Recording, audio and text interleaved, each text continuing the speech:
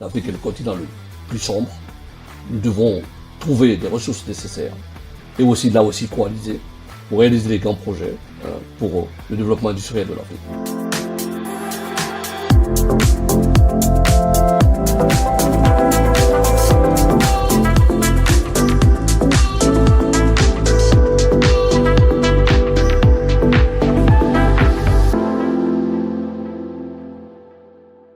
Mesdames, Messieurs, bonjour. Aujourd'hui, nous avons le plaisir et l'honneur de recevoir un ambassadeur très engagé pour le continent africain.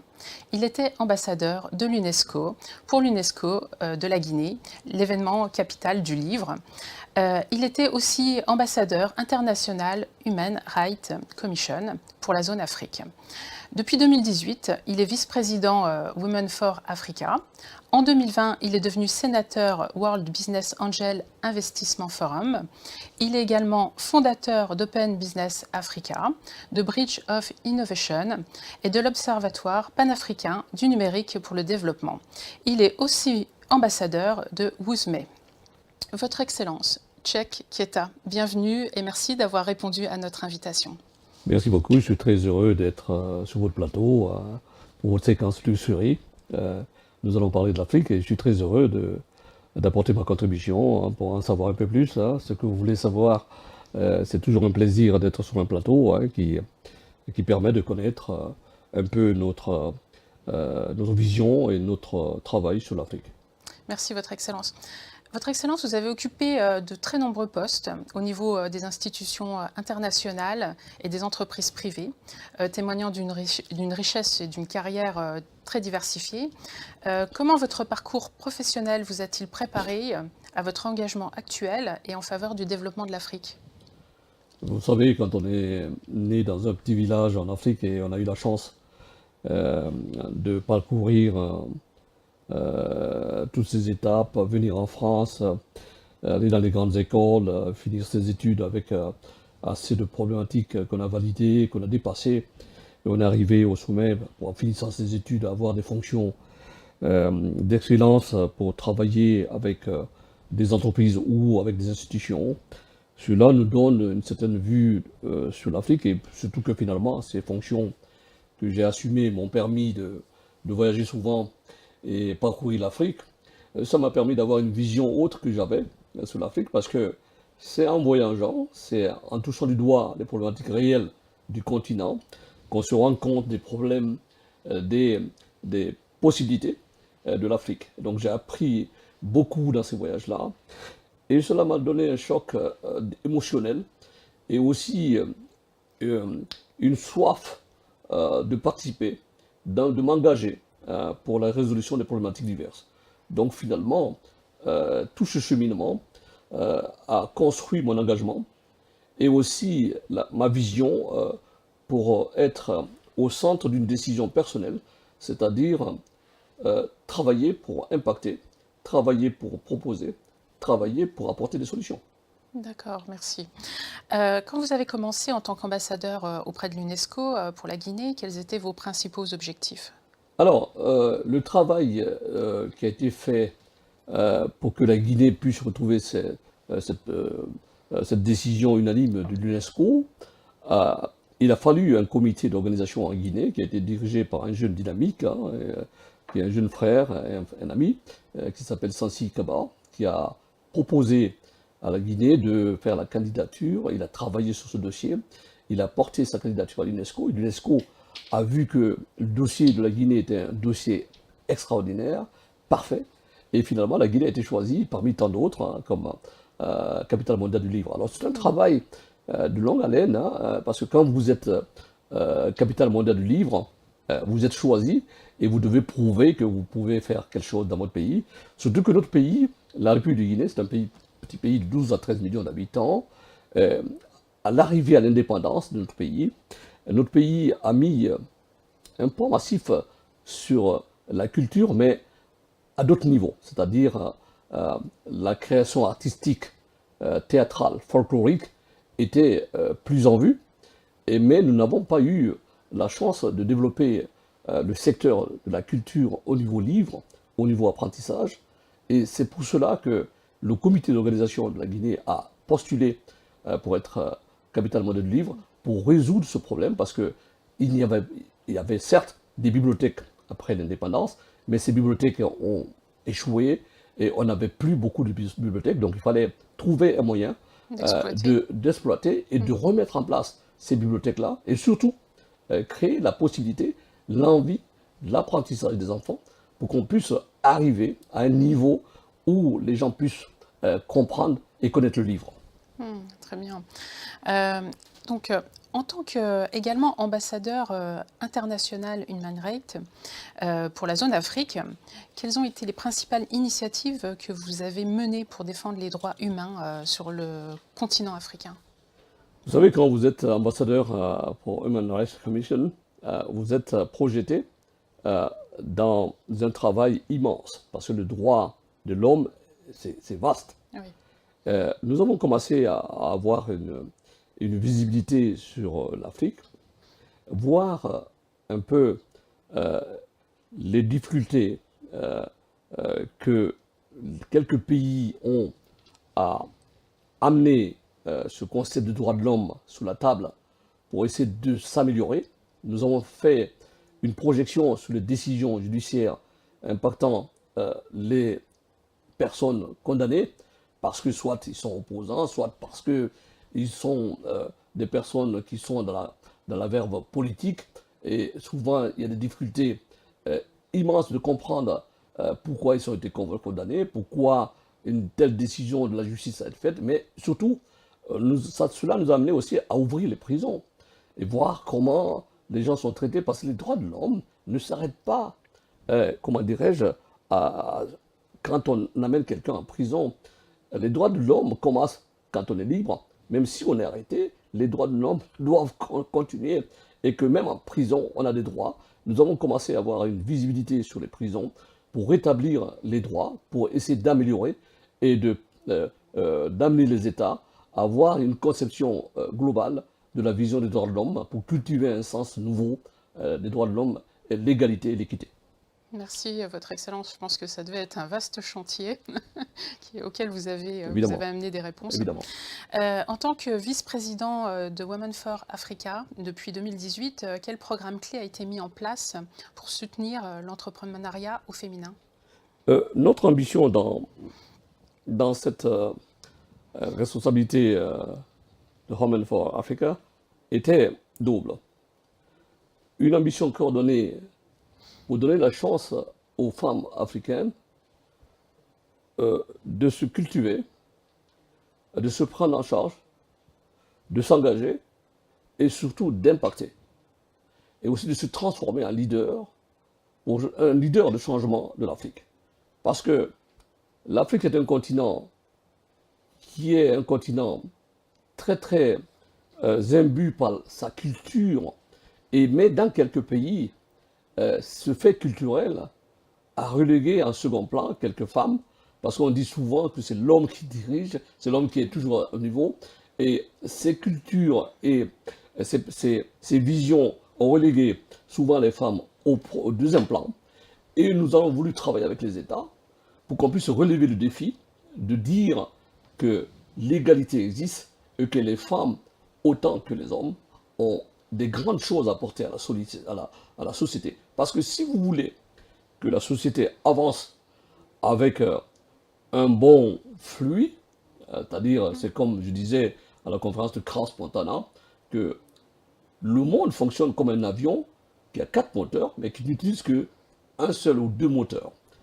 Parce qu'on ne reconnaît pas et on ne travaille pas à la force des femmes pour que le monde puisse être avancé plus rapidement. Donc, finalement, il faut que le monde comprenne que c'est en mettant les femmes au centre des décisions et en apportant les femmes sur la table de décision, et aussi en valorisant les femmes et en donnant les moyens possibles, que nous pouvons changer le monde. Donc, ce travail consistait à ramener les femmes à ce niveau-là et à créer des programmes de formation et aussi à créer des objectifs pour eux d'emploi et de changement notoire pour changer leur vie et changer aussi la vie de la population. Vous savez, souvent on parle de l'électricité.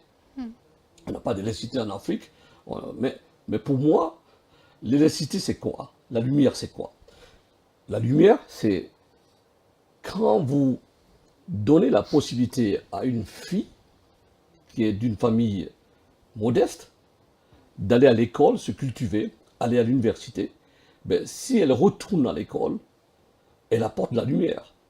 Et donc, pour moi, l'étincelle de l'université, c'est celui-là. Donc, dans cette organisation, nous avons travaillé à élever les femmes au niveau pour que ça soit une organisation qui porte les femmes et qui leur permet de s'émanciper. Justement, donc vous soutenez l'entrepreneuriat au féminin et vous avez permis à de nombreuses femmes de pouvoir s'impliquer dans des entreprises. Est-ce que vous avez un cas ou des cas à citer à ce Oui, niveau-là? vous savez, j'ai coaché beaucoup de femmes qui sont devenues aujourd'hui des grands entrepreneurs, qui ont leur entreprise, qui ont créé des chaînes de coaching, qui ont aussi, qui sont dans les médias ou qui sont dans les politiques, parce que finalement, je disais que tout à fait, la place de la femme, elle n'est pas seulement derrière. Elle est devant aussi, elle est au niveau des hommes pour essayer d'impacter. Donc finalement, c'est un travail qui a été compris et beaucoup de femmes sont aujourd'hui engagées dans les mouvements politiques et aussi dans l'enseignement ou dans la médecine et aussi dans l'initiative privée qui sont devenues des chefs d'entreprise. Donc nous avons formé des femmes, nous avons créé des cycles de formation pour l'alphabétisation, nous avons créé des cycles de formation entrepreneuriat pour qu'on comprenne comment gérer une entreprise et cela a donné le bon sens et aussi la chance à d'autres qui n'auraient pas pu être là, mais qui sont aujourd'hui des femmes engagées et qui travaillent pour gérer leurs entreprises, tout simplement. Merci, Votre Excellence Tchakieta. En tant que sénateur du World Business Angel Forum depuis 2020, comment facilitez-vous les investissements et le financement des startups à travers l'Afrique et cette plateforme? Vous savez, le World Business Angels est une organisation extraordinaire pour l'inclusion économique du monde. Lorsque je suis arrivé comme sénateur dans cette organisation, il fallait comprendre comment elle fonctionne. C'est une organisation extraordinaire qui est partenaire affilié du partenariat mondial du G20. Donc, ils ont pour ambition de regarder la vision du monde, comment l'économie avance et comment on peut trouver des moyens essentiels pour impacter le développement des startups. Vous savez, il y a une révolution après la révolution industrielle, il y a une révolution qui est arrivée dans le monde, qui est la révolution digitale et numérique. Et c'est une révolution qu'il faut savoir s'en servir. Il faut savoir s'en servir, mais il faut aussi donner la chance à ceux qui sont dans cette révolution digitale d'impacter rapidement. Mais pour impacter rapidement, il faut des moyens, il faut des ressources. Donc, le WIBAF a trouvé moyen de créer une particularité de collaboration avec les sociétés de business angels, avec les fonds de private equity, avec les family office. On a rassemblé tous les gens qui peuvent apporter leur contribution au financement.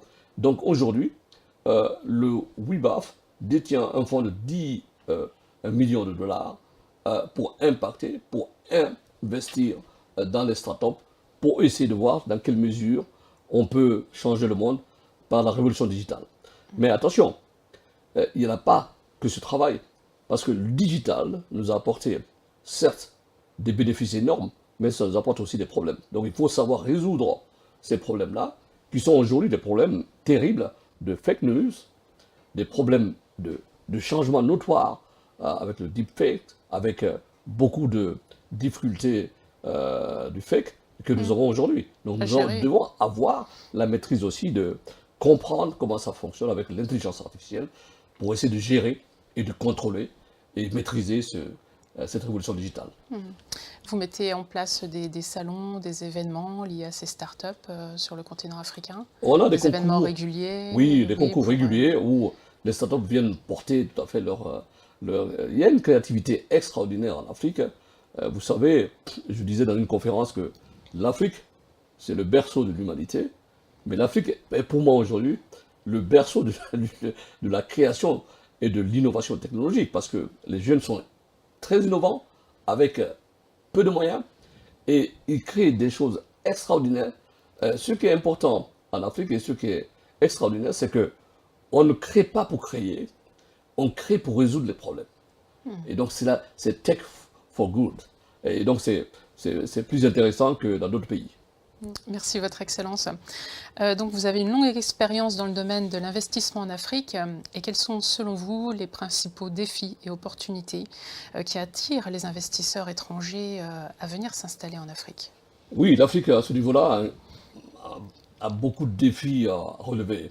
D'abord, c'est le défi de l'assurance euh, pour minimiser les risques pour les investissements. Si vous dites aux gens de venir chez vous pour travailler, pour investir, il faut leur donner la possibilité de vous croire que Des finalement, garanties. les garanties pour dire que voilà, voilà, si vous venez chez moi, c'est sans risque. Et ça, les risques deviennent quelque chose de très important. Il faut travailler sur ces risques et travailler aussi sur ce qui est important quand vous décidez de faire venir les entreprises chez vous, les codes des investissements.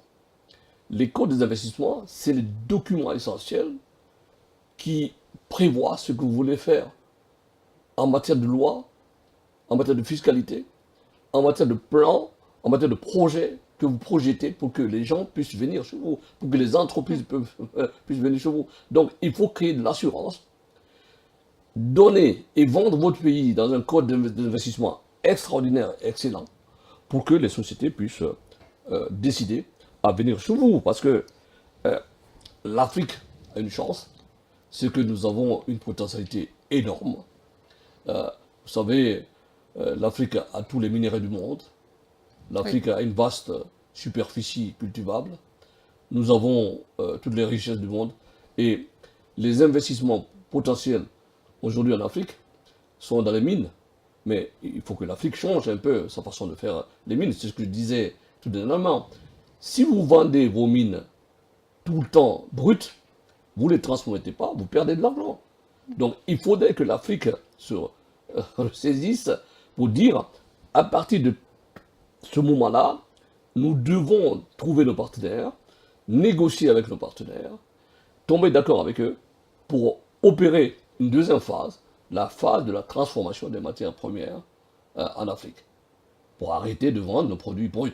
Regardez le problème de batterie dans le monde. Aujourd'hui, tous les véhicules fonctionnent avec la batterie. Et tous ces produits, ces ressources qui permettent la fabrication de batteries sont en Afrique. On ne fait que exporter en brut. Et si nous faisons des usines, donc il faut faire des usines chez nous, à côté des mines. Cela facilitera tout à fait beaucoup de choses. Cela pourrait nous donner un plus dans la valeur ajoutée. Et en plus, cela nous permettrait de créer des emplois pour nos jeunes qui prennent souvent les bateaux pour mourir. Et ça, il faut arrêter. Il faut qu'on change le système et la façon de faire les choses. Merci, Votre Excellence. Donc en fait, vous avez prévu de mettre un programme d'accompagnement, de développement sur tout ce que vous venez de nous exposer? Effectivement, les États sont prêts à analyser ces propositions et beaucoup d'États se sont engagés à enclencher sur la deuxième phase, la phase de la transformation des matières premières en Afrique. Alors, Open Business Africa, Bridge of Innovation, l'Observatoire Pan-Africa du numérique et du développement. Quels sont les principaux défis et initiatives que vous avez mis en place et comment contribuent-elles à développer le système économique et technologique en Afrique? Alors, c'est une vaste question. Une vaste question. Alors, vous savez, j'étais interrogé lors d'une séance de conférence par un jeune étudiant qui m'a dit: Monsieur l'ambassadeur, vous êtes un coach, vous êtes un visionnaire, vous êtes un actif du continent. Pouvez-vous nous dire quelle idée il faut avoir pour réussir dans les affaires, pour créer une entreprise et réussir? Alors, je lui ai dit, l'idée pour réussir, pour avoir beaucoup d'argent rapidement, ben, ça n'existe pas. Ce qu'il faut faire, l'idée la plus pertinente, c'est regarder là où vous êtes. Quel est le problème? Si vous identifiez le problème, vous vous dites comment je vais résoudre ce problème. C'est la bonne idée, puisque vous travaillez dans un sens pour résoudre des problèmes. Et là, si vous arrivez à résoudre les problèmes, eh bien vous réussissez, parce que vous vous impactez là où vous êtes. Donc, Bridge of Innovation. J'ai créé cette entreprise parce que lorsque l'innovation technologique est arrivée en Afrique, j'ai vu que ça va à une vitesse incroyable. Et nous avons cette problématique de cybercriminalité. Donc il fallait créer quelque chose et collaborer avec des entreprises étrangères pour voir comment nous pouvons saisir cette opportunité pour lutter contre la cybercriminalité. J'ai créé Open Business Africa. Pourquoi?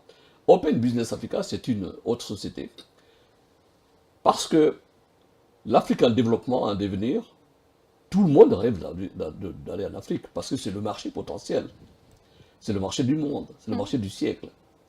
Mais pour aller en Afrique, tout le monde ne peut pas aller comme ça. Il faut des bridges, il faut des ponts pour aider les gens qui veulent aller en Afrique, à leur donner la chance de connaître un peu comment ils vont faire et comment ils vont pouvoir entrer dans ce continent merveilleux, continent vaste, et réussir en Afrique. Donc c'est pour cela que j'ai créé Open Business Africa. Open Business Africa, c'est une entreprise qui fait la promotion des investissements sur le continent africain, qui aide les États sur le programme d'investissement public pour les conseiller, et qui soutient les entreprises qui veulent venir en Afrique pour les aider à s'implanter et impacter. Alors, lorsque la révolution digitale est arrivée en Afrique, beaucoup d'États étaient engagés pour résoudre le problème et leurs lois. J'ai vu qu'en Afrique, chaque pays avait sa loi, même les pays qui sont tout à fait très proches. J'ai eu l'idée, je dis, mais et si on travaillait ensemble? Parce que c'est vrai qu'on est souverain, on peut créer sa loi, on peut créer ses références et autres. Et donc j'ai eu l'idée de voir comment je peux impacter, comment je peux apporter ma contribution. Donc c'est pour ça que j'ai créé l'OPND. L'OPND, c'est l'Observatoire panafricain numérique digital, qui a pour but de donner un consensus, de donner aux États, de partager les initiatives et de réfléchir ensemble sur le sujet principal. Quelle Afrique nous voulons dans cette révolution digitale? Comment nous allons travailler ensemble pour transcender les problématiques et pour réussir ensemble? C'est pour ça que j'ai créé l'Observatoire panafricain numérique. Alors, après l'Observatoire panafricain numérique, j'ai créé une autre initiative qui s'appelle le CEFMA. Le CEFMA, C-E-F-M-A, c'est la coalition pour l'éradication des faux médicaments en Afrique. Vous savez, l'Afrique est un continent où meurent chaque année 100 à 200 000 personnes parce que les organisations criminelles du monde ont plutôt quitté la partie drogue. Ils sont maintenant dans la partie fabrication de faux médicaments, puisque c'est moins condamné, puisqu'avec la corruption, ils peuvent rentrer en Afrique et inonder les marchés par les faux médicaments. L'Afrique achète plus cher les médicaments que les pays occidentaux. Pourquoi?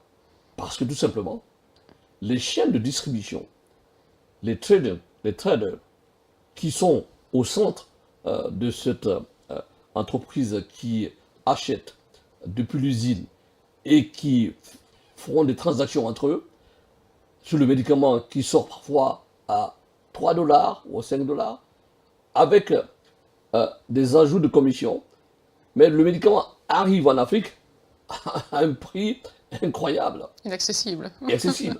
Et finalement, le pharmacien qui vend ce médicament en remet une couche, parce qu'il faut qu'il soit payé et qu'il ait sa commission. Et donc finalement, on se trouve dans une problématique incroyable, qui est celui des médicaments, oui, la pharmacie, mais qui peut accéder à ces médicaments? C'est un nombre de populations de haut niveau, une haute classe qui peut accéder à ces médicaments. Donc ceux qui sont en bas de l'échelle, des ouvriers, ne peuvent pas aller acheter ces médicaments parce que leurs ressources ne leur permettent pas d'accéder à ces médicaments. Donc c'est facile, ils vont au marché. Et quand ils vont au marché, même si vous les dites, attention, ces médicaments-là sont c'est pas des bonnes molécules, c'est des faux médicaments, ça peut vous créer des problèmes. Ils disent non, moi j'utilise ça depuis des années, ça me suffit. Et c'est ça ma bourse. Alors que finalement, quand on prend ces médicaments, on continue à s'empoisonner. Et c'est ça le problème. Et nous avons entre 100 et 200 000 morts par an en Afrique. Donc l'initiative CEFMA est une initiative que nous allons partager avec l'Afrique. L'idée, c'est de signer des accords avec tous les États africains pour les amener à créer des zones franches médicales. Et nous allons installer dans chaque pays la fabrication des génériques dans cette zone franche. Et en plus, nous allons faire avancer les startups en Afrique. Nous allons faire avancer des jeunes qui ont la possibilité de créer aussi des ressources pour partager et pour impacter l'Afrique. Donc ça, c'est le domaine de la santé et des médicaments. Alors pour finir, l'initiative nouvelle que je lançais, c'est l'initiative, ça s'appelle W2E. W-W-U-E-E-E. D'accord. Alors, W-U-E-E. C'est The World University for Exchange for Excellence. C'est-à-dire les universités pour l'échange et pour l'excellence. Parce que j'ai vu que les jeunes africains ont du mal à être acceptés pour les visas d'études pour venir À à l'étranger. l'étranger. Donc, Je me suis dit, il faut créer une institution qui va signer des accords avec les universités. Ainsi, les jeunes pourront, par cet accord des universités, venir faire les études avec les accords universitaires et puis impacter les universités par les rapports de correspondance et de coopération et de partenariat qu'on va créer entre les universités africaines et toutes les universités du monde. Cela va permettre aux jeunes de voyager, d'aller faire leur stage aux États-Unis, au Canada, en France, en tout cas tous les pays qui vont soutenir cette initiative que je lance le mois prochain. En félicitations, France. ouais, merci Et de donc, nous en parler. finalement, beaucoup d'initiatives et des sociétés qui impactent l'Afrique. Finalement, vous avez souhaité aussi soutenir les talents africains Très bien. et les encourager. Sûrement, nous travaillons à cela parce que, vous savez, dans l'objectif d'une initiative qui a été fondée par Léonce Badji, un de mes amis et frères, sur l'Afrique des solutions, nous essayons de mettre en lumière les Africains qui impactent, les Africains qui donnent la solution en Afrique, pour qu'on montre que l'Afrique est aussi un continent où les jeunes sont engagés à créer des choses pour impacter leur pays, pour impacter sur le changement et pour le développement. Donc, nous soutenons les talents et nous continuons à faire ce travail-là. D'ailleurs, la première édition a été en France un succès avec M. Psisner qui était là, le maire de Paris 16e, et avec les délégués venus de tous les pays d'Afrique qui ont été reçus pour cette première édition. Et la deuxième édition se passera l'année prochaine à Paris et en septembre prochain plutôt, Paris, septembre ou en octobre, alors je perds un peu les dates, au Maroc et en France. Et donc j'invite toute la communauté et les amis d'Afrique d'être présents à cet événement qui nous permettra de montrer la force de l'Afrique, la force de la créativité et tout ce que les jeunes créent pour impacter l'Afrique. Merci, Votre Excellence. Merci. Comment voyez-vous l'avenir et le développement économique en Afrique? Vous savez, l'avenir se trouve en Afrique. L'Afrique, comme je dis souvent, est la solution pour elle-même et la solution pour le monde. Si nous devons transformer l'Afrique pour réussir ensemble le développement et l'émergence, nous devons mettre la force sur la formation, sur l'éducation et aussi sur les objectifs du millénaire. Les Nations Unies ont mis en place les ODD, qui sont des canevas nécessaires pour qu'on impacte nos pays et le monde. Si l'Afrique prend en compte ces ODD et que l'Afrique prend en compte une stratégie globale de cohésion, d'échange et de relations panafricaines au niveau des projets, parce qu'il ne faut pas simplement se dire je suis dans mon pays, je vais faire mon projet à moi. On peut essayer de coaliser pour résoudre nos problèmes ensemble, c'est-à-dire coaliser au niveau des projets. Oui, vous fédérez. Fédérer les projets d'électrification, les projets routiers, et puis l'Afrique doit rectifier ses erreurs. Nous avons fait assez d'erreurs. Par exemple, l'Afrique a misé, après les indépendances, sur les routes, c'est-à-dire le transport par camion. C'est une erreur. Pour moi, c'est une erreur. Quand vous voyez le développement de tous ces pays du monde, l'Angleterre, la France, mais ils ont commencé par le chemin de fer. C'est le moyen le plus facile et le plus moins disant. le moins cher pour transporter. Donc l'Afrique doit prendre en compte cette problématique et de changer la donne, de rectifier. Nous devons créer des rails en Afrique pour un changement qualitatif et progressif de l'Afrique, parce que si vous avez le transport, vous influez sur la possibilité de développer des secteurs essentiels, l'agriculture, la transformation, mais nous devons aussi travailler pour électrifier l'Afrique. L'Afrique est le continent le plus sombre. Nous devons trouver des ressources nécessaires et aussi là aussi coaliser pour réaliser des grands projets pour le développement industriel de l'Afrique. Alors, quelles sont justement les initiatives politiques que vous jugez essentielles pour stimuler la croissance et la prospérité en Afrique? Vous savez, je dis souvent aux États, les États doivent jouer leurs cartes, mais les citoyens doivent aussi jouer leurs cartes. On n'a pas besoin d'attendre un État pour se dire, voilà, il faut que l'État fasse tout à ma place. On doit aussi apporter notre contribution. L'État doit avoir une ambition, une projection, un projet pour son pays. Les États africains doivent avoir un projet pour l'Afrique. Les États africains doivent travailler pour avoir une stratégie de gestion publique, une stratégie pour la dette, pour réduire la dette. Parce que si vous prenez beaucoup de crédits, vous avez beaucoup de dettes, mais vous vous enfoncez. Il y a des dettes qui sont bien, mais il y a des dettes toxiques.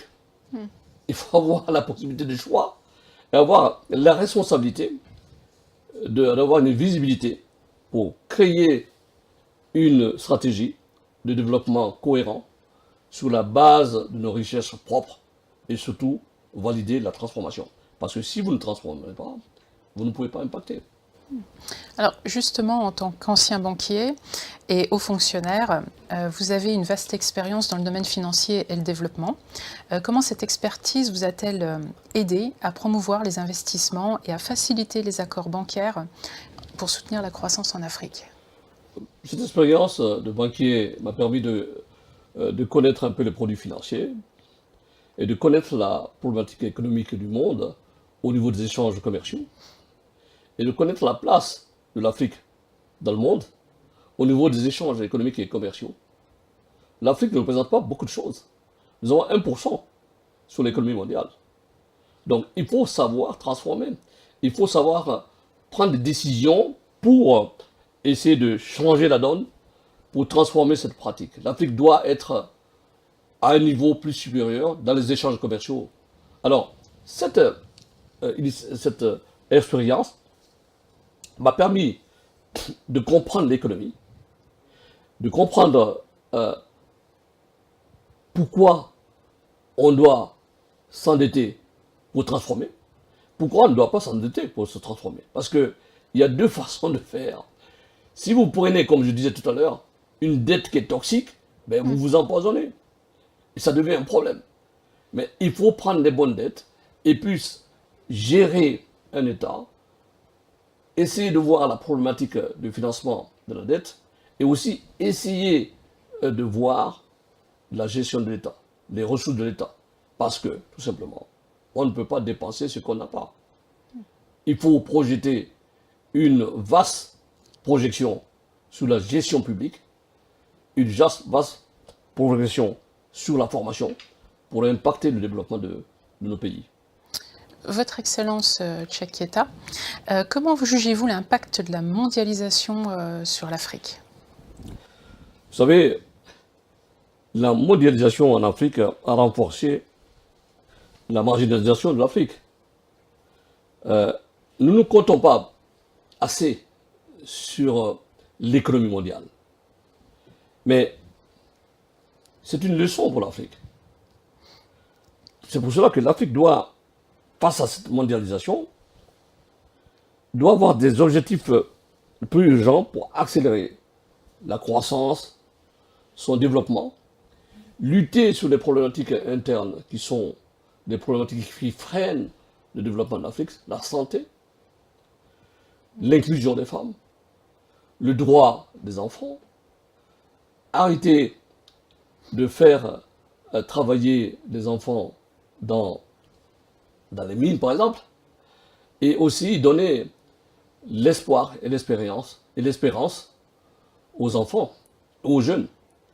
Parce que la mondialisation nous a un peu sapé, parce que la mondialisation a plutôt donné la chance à d'autres cultures de s'exprimer plus et a impacté tout à fait le retard de l'Afrique à s'exprimer pour ses industries culturelles.